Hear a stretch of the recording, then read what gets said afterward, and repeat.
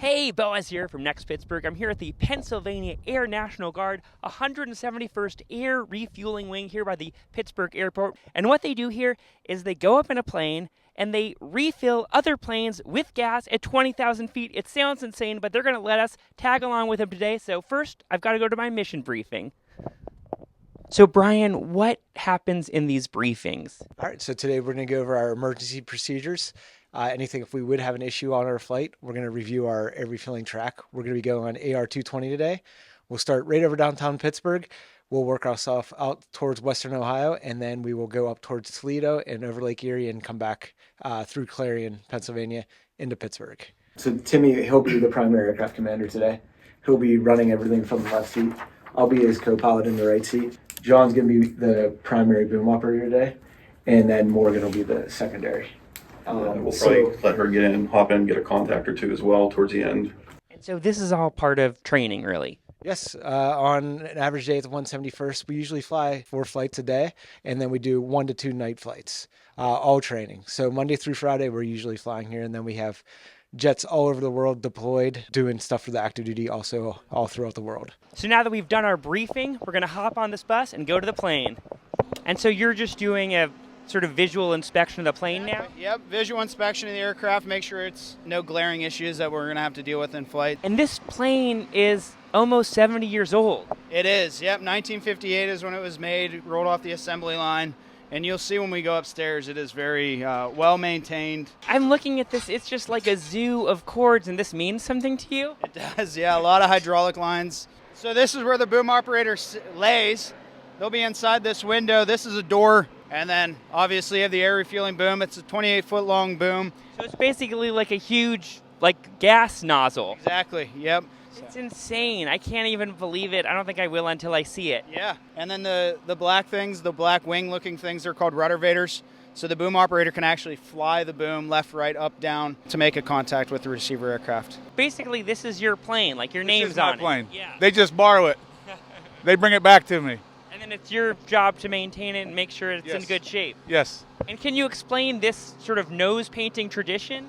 Yeah, everybody kind of does something of their own that it represents them. And this one best represents me, so I like the idea of the dragon with the engines like an airplane over the city of Pittsburgh. So then I also hid my kids' names, my 3 boys, in his feet. And then I'm a big Penn State fan, and you'll see when you go upstairs, but he's got a Penn State tattoo on his arm. Okay, let's go board this airplane. So we're here in the cockpit, which is a lot more cramped than I imagined.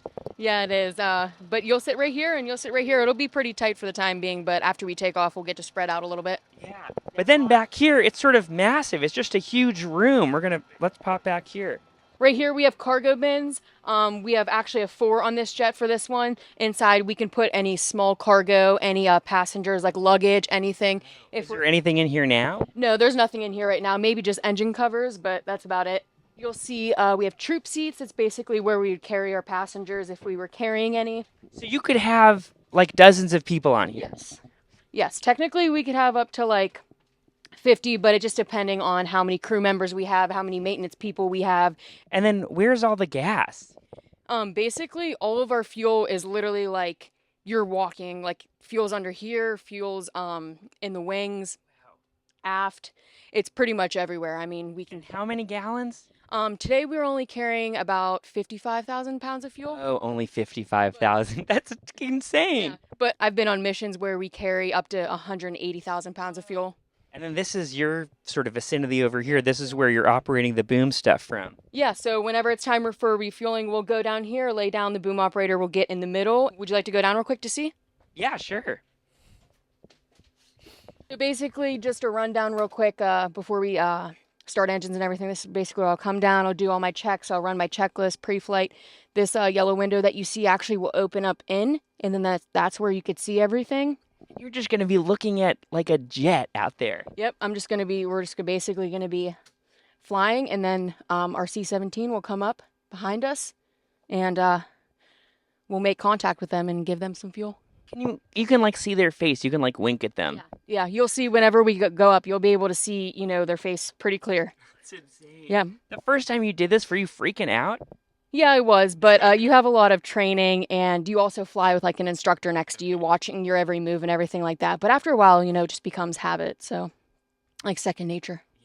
Okay, well, let's take off this plane. Let's go. Okay, we're moving. The plane's taxiing. We're heading to the runway right now. And we're using like the same runway that they use for the normal airport, right? This is the normal runway. Yeah, we're going to be using 10 Center at the Pittsburgh International Airport. What's your brother doing today? He's working. I don't know if he's painting lines or what he's doing today. Your brother works here? Yeah, he works here for the airport authority. Do you ever like wave at him as you're walking, as you're Yeah. going by? Oh, all the time, yeah. See him out here cutting grass or plowing snow. Wow, that was a really smooth takeoff. These guys are pros. Steel control, Steel 71 is airborne, 1520.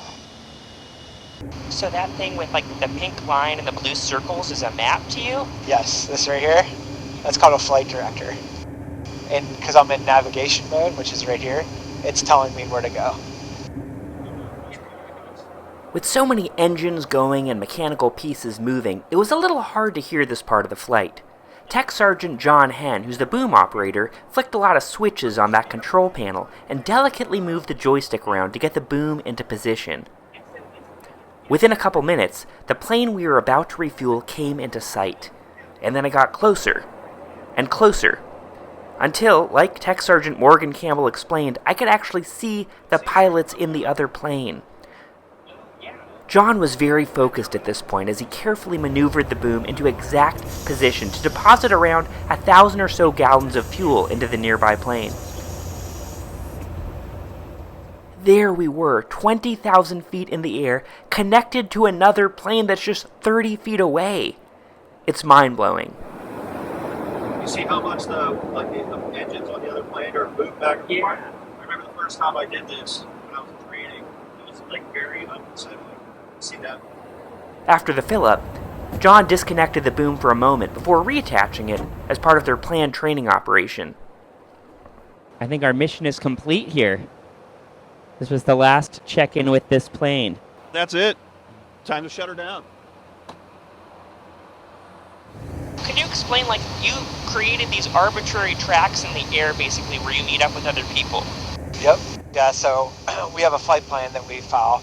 It has preloaded air refueling tracks. So we go in there, pull the air refueling track off of that, and then we just put parameters in there, like air speeds and times and stuff, and it builds it all on there, and it does the calculations so that we turn correctly in front of them. We used to have to do it all long-handed, looking at charts and everything, but now it does everything for us. Well, still to me, the precision seems insane that you can just put this little tube into this little hole. Yeah, it's crazy. We make it happen basically to the second. We meet up in the same spot in the air, and then it's all up to the boomer operator to make it happen from there. And what snacks do you like to eat when you're flying? I got some trail mix today. I usually bring a whole lunch, but I didn't want to have to eat it in front of you guys. Yeah. Can you decode what all that green text means? Jesse, Kutta, Grivy? Those are all points, GPS points within the air. So they're specific lat longs within the airspace. Everything's GPS now. We used to fly off of VORs and TAC hands. That's what these points that you see. But most of them are getting decommissioned now. This black and white wheel on the left here, it just spins sometimes. Yep, that's our trim wheel. So anytime you make a power adjustment or an attitude adjustment, the trim wheel is going to spin. 100, 50, 30. Steel control, 7-1's on the ground, into spot 2-3. All right, we're back on the ground. Ladder's going back into place. And so to give us a sense, when we were in there, where was that other plane? Can we walk to where that other plane would have been? So when that lowers down, that was down about 30 degrees of elevation. And so I would say probably anywhere about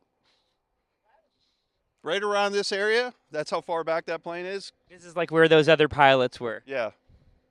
Wow. And you can see the inner tube in there, the boom that comes out. Yeah.